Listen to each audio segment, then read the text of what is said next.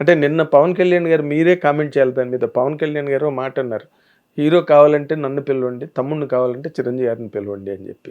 చిరంజీవి గారిని పిలుద్దామని అనుకున్నారా ముందు? చిరంజీవి గారికి టాపిక్ కోన వెంకట గారితో ఏదో డబ్బింగ్ స్టూడియోకి కలిసినప్పుడు ఏం చేస్తున్నారంటే చిరంజీవి గారు సినిమా చేస్తున్నాను, చిరంజీవి గారు బాబీ సినిమా చేస్తున్నాను. అరే నాకు గబ్బర్ సింగ్కి చిరంజీవి గారు చీఫ్ గెస్ట్ వచ్చారు, నేను పోస్ట్ ప్రొడక్షన్ హాల్లో మర్చిపోయాను సార్, ఆయన ఎక్కడ ఉన్నారో ఒకసారి హరీష్ వస్తున్నాడని చెప్పండి, అది నేనే మెసేజ్ పెట్టినా అని ఏదో అంటుంటే ఆయన లేరు, అవుట్ ఆఫ్ కంట్రీలో ఉన్నారని చెప్పారు. ఓ అవునా అన్నాను. ఆ తర్వాత ట్రైలర్ చూశారు చిరంజీవి గారు, ట్రైలర్ చూసి ట్వీట్ చేశారు. ట్వీట్ చేసిన తర్వాత నాకు కాల్ చేశారు, దాదాపు 20 నిమిషాలు మాట్లాడారు. హరీష్ అసలు ఆ డైలాగులు ఏంటి, కళ్యాణ్ బాబుని ఎంత అందంగా ఉన్నాడు ఆ కళ్యాణ్ బాబుని. నాకు తెలిసి ఆ ఫోన్ కాల్లో నాకు అర్థమైందంటే కళ్యాణ్ గారు చిరంజీవి కొడుకా తమ్ముడా, మురిసిపోతున్నారు ఆయన ఒక్కొక్క షాట్ గురించి చెప్తూ. కమ్బ్యాక్ వచ్చిన ప్రతిసారి మ్యాజిక్ జరుగుద్ది, ఆ డైలాగ్ వావ్ ఫెంటాస్టిక్ అని చెప్పి ఆయన అసలు చెప్తుంటే నాకు అడ్రినలిన్ రష్. అంటే ఇంకో గొప్ప మాట అన్నారు, ఈ సినిమా పెద్ద హిట్ కావాలి హరీష్, ఏదో కళ్యాణ్ బాబు నా తమ్ముడు అని చెప్పట్లేదు, సమ్మర్ సీజన్ స్టార్ట్ అవుతుంది, మళ్ళీ బయ్యర్లకి డిస్ట్రిబ్యూటర్లకి అందరికీ డబ్బులు వచ్చే సినిమాలు కావాలి, మళ్ళీ సంక్రాంతి తర్వాత ఒక స్వల్ప గ్యాప్ వచ్చింది థియేటర్లకి, స్వల్ప వ్యవధి. సో ఇందులో నీ సినిమా చాలా పెద్ద కొట్టాలి, ఇది నేను నా తమ్ముడి సినిమా అని చెప్పట్లేదు, ఇండస్ట్రీ బాగుండాలి, బయ్యర్లు బాగుండాలి, ఎగ్జిబిటర్లు బాగుండాలి, సో చాలా రోజుల తర్వాత ఒక ఎంటర్టైన్మెంట్ సినిమాతో వస్తున్నావు కాబట్టి విజయ్ వస్తున్నా, నీ సినిమా చాలా పెద్ద హిట్ అని ఆశించారు. నాకు పులకించిపోయానండి. ఇంకేంటి అంతకన్నా బెస్ట్ కాంప్లిమెంట్. అవుట్ ఆఫ్ స్టేషన్లో ఉన్నారు, అవుట్ ఆఫ్ స్టేషన్. ఎస్ ఆయన మా ఊళ్ళో లేరు ఆయన. అండ్ నేను ఇప్పుడు చిరంజీవి గారితో రకరకాలు చాలా మంది డైరెక్టర్లు, యంగ్ డైరెక్టర్స్ కనెక్ట్ అవుతున్నారు, కొన్ని కథలు ఓకే అవుతున్నాయని వింటున్నాము. మీరు ఎందుకు చిరంజీవి గారి కలిసిన ప్రాసెస్లో ఉందండి. అంటే నాకు ఈ సినిమా చాలా పట్టింది కదా, చిరంజీవి గారు చాలాసార్లు కలిసాను, చిరంజీవి గారితో ఒక యాడ్ ఫిల్మ్ షూట్ చేశాను, 4 గంటలు యాడ్ ఫినిష్ చేసాము, ఒక 8 గంటలు టైం తీసుకుని అది కూడా నేను 4 అవర్స్లో చేసేసాను.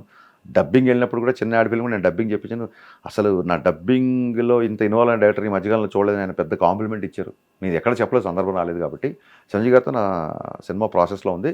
ఈ సినిమా కొంచెం అనుకున్నాను డిలే అవడం మూలంతో నేను ఖచ్చితంగా మెగాస్టార్తో ఒక రౌడీ అల్లుడు, ఒక దొంగ మొగుడు, ఒక గ్యాంగ్ లీడర్ లాంటి సినిమా చేసి తీరుతాను. 100%. Thank you. తర్వాత మీరు మైదానం, చలంగారి మైదానం చేద్దాం అనుకుని ఎందుకు ఆగిపోయారు? అమాయకత్వమే ఆభరణంగా ధరించి ఇండస్ట్రీకి వచ్చిన హరీష్ అది. నేను పుస్తకాలు బాగా చదవడం మూలంగా ఎండమూరి గారి ప్రేమ, చలంగారి మైదానం, ఎండమూరి గారి ఆనంద బ్రహ్మ, వీటిని సినిమాలకు తీద్దాం వచ్చాను. ఇక్కడికి వచ్చిన తర్వాత ఎంత కళాత్మకమైన ఇండస్ట్రీ అయినా సరే, వ్యాపారం ఏంటి, బిజినెస్ ఏంటి, ఎలాంటి సినిమాలు ఏంటి, ఎందుకు చూస్తారు, ఏ సెంటర్ ప్రేక్షకులు మనం సర్వ్ చేయాలి, ఇవన్నీ నేర్చుకున్నాం. దానికి ఒక ఫ్లాప్ భరాయించాల్సి వచ్చింది. మిరపకాయ నుంచి గేర్ షిఫ్ట్ అయింది. అక్కడే మీరు అర్థం చేసుకోవచ్చు, ఇలాంటి ఒక సాహితీ సమగ్రత కాకపోయినా, నేపథ్యం కాకపోయినా, అట్లీస్ట్ సాహితీ వాసనలు, సాహితీ పరిమళాలు కాస్త అక్కడో ఇక్కడో చిన్న స్ప్రే చేసుకున్నట్టు పూసుకొని వచ్చిన ఒక అబ్బాయి షాక్ లాంటి సినిమా తీసిన తర్వాత, షాక్, మధురం మధురం ఇలాంటి పాటలు ఇంత క్లాస్గా ఉన్న సినిమా నుంచి కట్ చేస్తే మిరపకాయ అని టైటిల్కి వచ్చినప్పటి నుంచి I understood the dynamism of cinema. Okay, అంటే మైదానం క్రాంతిగా తీద్దాం అనుకున్నారు సౌందర్య గారితో, నన్ను వెళ్ళి కథ చదివి వినిపించన్నారు. ఈ సినిమా ఉస్తాద్ భగత్ సింగ్ అనేది మీ కెరీర్లో ఒక మైల్ స్టోన్గా నిలబడుతుందని మీరు నమ్మగలుగుతున్నారా? గబ్బర్ సింగ్ చేసినప్పుడు అండి, ఇది ఇండస్ట్రీ హిట్ అవుతుందని కానీ, దీని తర్వాత ప్రేక్షకుల బ్రహ్మరథం పడతారని కానీ, పవన్ కళ్యాణ్ గారి పక్కన అభిమానులు నా ఫోటో కూడా పెడతారని కానీ నేను అనుకోలే. ఈ సినిమాలో బిగినింగ్ నుంచి మీరు అబ్జర్వ్ చేస్తే భగవద్గీత అని నెక్స్ట్ ఇంకో డైలాగ్ ఉంది. భగవద్గీత యుద్ధం మధ్యలో చెప్పారు, యుద్ధాన్ని మధ్యలో వదిలేమని చెప్పలేదు. కరెక్ట్. ఎందుకో తెలియకుండా ఈ మధ్య నాకు భగవద్గీత ఇన్ఫ్లుయెన్స్ నా మీద ఎక్కువ ఉంది. అంటే కొత్తగా ఏం చదవట్లేదు, చిన్నప్పటి నుంచి చదువుకుందే. సో భగవద్గీతలో సారం ఏంటి, నీ పని నువ్వు చేయి, ఫలితాన్ని నాకు వదిలే అని చెప్పాడు దేవుడు. మాకు దేవుళ్ళు ఎవరు? ప్రేక్షక దేవుళ్ళు. భగవద్గీతలో చెప్పాడు కృష్ణుడు, మనమే సరిగా పట్ల. భగవద్గీతలో ఏం చెప్పాడంటే, అరే నువ్వు నీ పని, నీ డైరెక్షన్ నువ్వు చెయ్యి, ఫలితం ప్రేక్షకులకు వదిలేయి, ప్రేక్షకులకు వదిలేయి. దేవుడు అంటే నీకు సపరేట్ దేవుళ్ళు కాదు, ప్రేక్షకుల దేవుళ్ళు, వాళ్ళకు వదిలేసి అని చెప్పాడు ఆయన. మనం కాస్త లేటుగా పట్టాం అది. And most importantly in the world amongst all religious works, Bhagavad Gita is widely misconstrued and completely misinterpreted. ఎందుకంటే భగవద్గీత విన్న తర్వాత అర్జునుడు లక్షలాది మందిని చంపేశాడు. భగవద్గీత విన్న తర్వాత మనకి ఎలాగది ఒక మెలాంకలిక్ అదే అండి అందుకే Presentation. హీరో ఇంట్రడక్షన్ లో అదే మీరు భగవద్గీత ఉంటుంది. అంటే మనకి శోకాన్ని దూరం చేసేది శ్లోకం అన్నారు. ఎస్ భగవద్గీత అంతా శ్లోకాలతో ఉంటుంది కాబట్టి ఇంట్లో ఏదైనా చెడు జరిగినా ఎవరైనా పోయినా భగవద్గీత వింటే ఈ శ్లోకం ద్వారా వాడి శోకం పోద్ది అన్న ఒక అనాలజీలో పెద్దవాళ్ళు చెప్పారు. అంతే తప్ప కేవలం అప్పుడే వినమని కాదు. భగవద్గీత అనేది ఒక ప్యాథస్ను ఒక విషాదాన్ని సూచించేది కాదు. దట్స్ వాట్ విషాదం వేరు, వైరాగ్యం వేరు. వైరాగ్యం వేరు. ఈ రెండింటికి చాలా వ్యత్యాసం ఉంది. సో హీరోయిజం భగవద్గీత విన్న అర్జునుడు హీరో అయ్యాడని నా ఫీలింగ్. అందుకే నేను హీరో ఇంట్రడక్షన్లో భగవద్గీత పెట్టా. ఓ ఫెంటాస్టిక్ అండి, చాలా గ్రేట్ అనాలిసిస్, నిజంగా చెప్తున్నా. అప్రిషియబుల్, కమెండబుల్, రియల్లీ నిన్న పవన్ కళ్యాణ్ గారు మళ్ళీ ఆ స్టేజ్ మీద మాట అన్నారు కదా, మా హరీష్ శంకరు భగవద్గీత కాదు ఇది భగవద్గీత అని అంటే నేనే కొంచెం తగ్గాను ఆ డైలాగ్ పాయింట్ దగ్గర అని మాట ఏదో అన్నారు. దాన్ని how could you really convince Pawan Kalyan గారిని ఆ ఆస్పెక్ట్? సార్ ఆయన ఎందుకంటే ఆయన he's got very limitation. Kalyan garu మంచితనం ఏంటంటే గాడ్ లవ్ అవతలలో ఒక పావుల మంచితనం ఉంటే ఆయన ఒక 50 పైసలు ఒక 60 పైసలు పొగిడి ఎంకరేజ్ చేస్తారు. ఆయన చదివిన పుస్తకాలు నేను చదవలేదు డెఫినెట్గా. ఎస్ అండి, ఐ నో, అందులో డౌట్ లేదు. ఆయనకు మీరు ఎన్ని చదివారు నాకు తెలియదు. మొన్న అసెంబ్లీలో ఆముక్తమాల్యదలో శ్రీకృష్ణదేవరాయలు వచ్చిన ఆముక్తమాల్య పద్యం చదువుతుంటే నా కళ్ళెమ్మని నీళ్ళు ఆగలా. ఇతను కదా నా హీరో, ఇతను కదా నా సంస్కృతిని అసెంబ్లీలో చెప్తున్నాడు, ఇతను కదా నా సంప్రదాయాల్ని నా తెలుగు పద్యాన్ని ఇతను కదా చెప్తున్నాడు అని ఆ ఉద్వేగంతో ఒక తెలుగు మాస్టర్ అబ్బాయిగా ఉప ముఖ్యమంత్రి అలాగా తెలుగు సాహిత్యం పద్యం. నాకు లాస్ట్ టైం ఎవరు అలా చెప్పారో అసెంబ్లీలో గుర్తులేదు, మేబీ నేను చూసుండాము నాకున్న అనుభవాన్ని.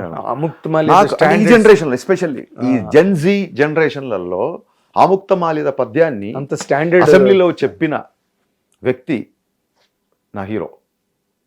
అందుకు నేను ఆయనతో కంపేర్ చేస్తే అసలు మనం పోల్చుకోకూడదు. కానీ ఆయన గుర్తిస్తాడు, నేను డైలాగ్ చెప్పినా ఏం చెప్పినా గుర్తిస్తాడు. గుర్తించి నువ్వు సరస్వతి పుత్రుని చెప్పి నీకు అహంకారం ఎక్కువ కదా మాట అన్నారు. పాండిత్యం సార్ పెద్ద పెద్ద మాటలు ఎందుకు సార్ వదిలేండి, అహంకారం ఎక్కడ ఉంటుంది సార్, అలాగే ఏమి ఉండదు అది ఇది నేను లేదు. ఆయన ఎప్పుడన్నా సార్ ఈ పదం కొంచెం వినపట్లేదు, కొంచెం ఇది స్పష్టంగా పలకరంటే చూసావా, నేనే బాగా పలుకుతాను, నాకే తెలుగు బాగా వచ్చింది, హరీష్కి అహంకారం అయ్యా బాగా అంటే కాదండి, 1 more సార్ అంటే చేసి నాకు అర్థం చేద్దాంలే అంటే. So he understood the essence of our language, our culture, our dharma. So అందుకు సినిమాలో అవకాశం దొరికినప్పుడల్లా అది చొప్పించడానికి నేను ట్రై చేస్తాను, ఆయన ట్రై చేస్తాడు. ఇది ఒక మిషన్ లాగా మేము ముందుకు తీసుకెళ్తాం. అండ్ దాంట్లో డైలాగ్ మీరు మనం ఎప్పుడో రౌండ్ టేబుల్ దాంట్లో నేను అడిగాను, సనాతన ధర్మం అంటే నేను దానికోసమే డైలాగ్ మీరు ట్రైలర్లో కూడా కట్ చేశారని అనిపించింది నాకు. ఈ దేశంలో మగాడు బొట్టు పెట్టుకుంటే ఎలా ఉంటుందో చూస్తావా అన్నది.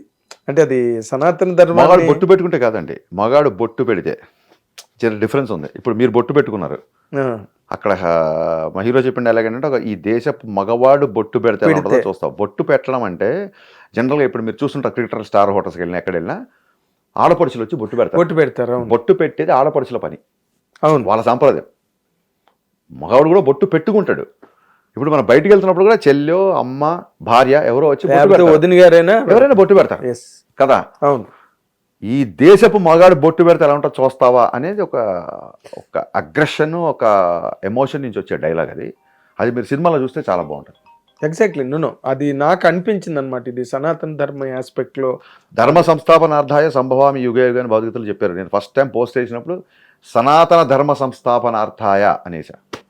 ఇది నిజంగా పవన్ కళ్యాణ్ గారు అన్నట్టు మీకు నిజంగానే గర్వం, మీకు తెలుగు బాగా వచ్చు. ఎలాగైనా ఈ రోజుకి ధర్మ సంస్థాపనార్థాయ సంభవామి యుగే యుగే అన్న మాటని ఆ ప్రీ ఎక్స్టెన్షన్ ఎవరు ఇవ్వలేదు సార్. సనాతన ధర్మ సంస్థాపన you are the first one.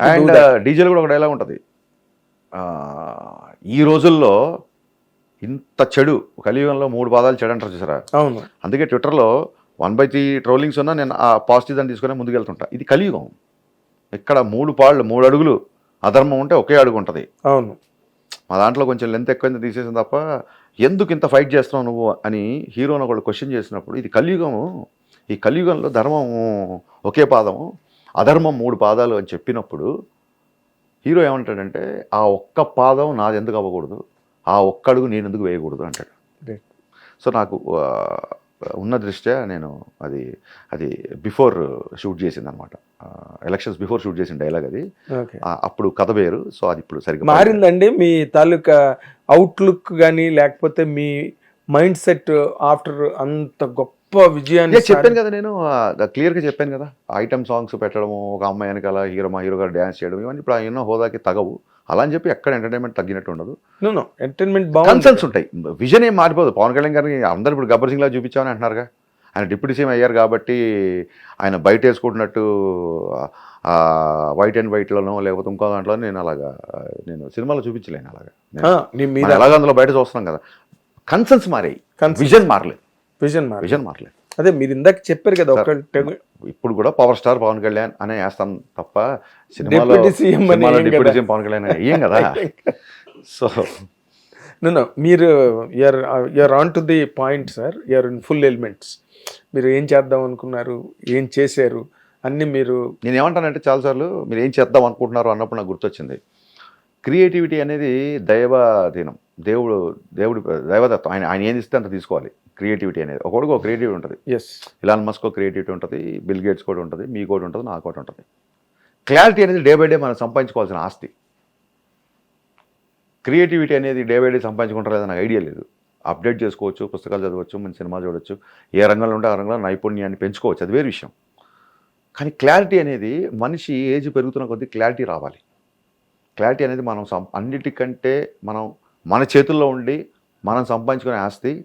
ఇది షేర్లు లాగానో, బంగారం ధరలాగానో, బిట్కాయిన్ లాగానో ఒక్కసారి క్లారిటీ మనం సంపాదించుకున్నాక దీని వాల్యూ పడిపోదు. ఎప్పుడు ఇది పెరుగుతుంటుంది తప్ప ఇది పడిపోదు. మ్యూచువల్ ఫండ్స్లా ఉంటుంది తప్ప మ్యూచువల్ ఫండ్స్ ఇది పడిపోయేది కాదు. కాబట్టి అది ఎంత సంపాదించుకుంటే బ్రహ్మాండం చెప్పాడు అంత స్ట్రాంగ్.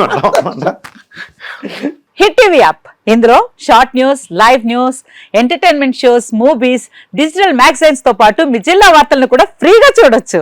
ఇంకెందుకు ఆలస్యం, వెంటనే హిట్ టీవీ యాప్ ని డౌన్లోడ్ చేసుకుని ఫ్రీగా ఎంటర్టైన్మెంట్ పొందండి. Hit TV app. Hit TV app. Please download hit TV app. Hit TV app ని ఫ్రీగా డౌన్లోడ్ చేసుకుని ఎంజాయ్ చేయండి. మీకు నచ్చిన ఎంటర్టైన్మెంట్ కోసం హిట్ టీవీ యాప్ ని ఫ్రీగా డౌన్లోడ్ చేసుకుని ఎంజాయ్ చేయండి. హిట్ టీవీ యాప్ ని డౌన్లోడ్ చేసుకుని ఆస్వాదించండి, ఆశీర్వదించండి. ఇంతమంది సెలబ్రిటీలు హిట్ టీవీ యాప్ ని డౌన్లోడ్ చేసుకోండి అని చెప్తున్నారంటే ఎంత మంచి యాప్ ఆలోచించండి.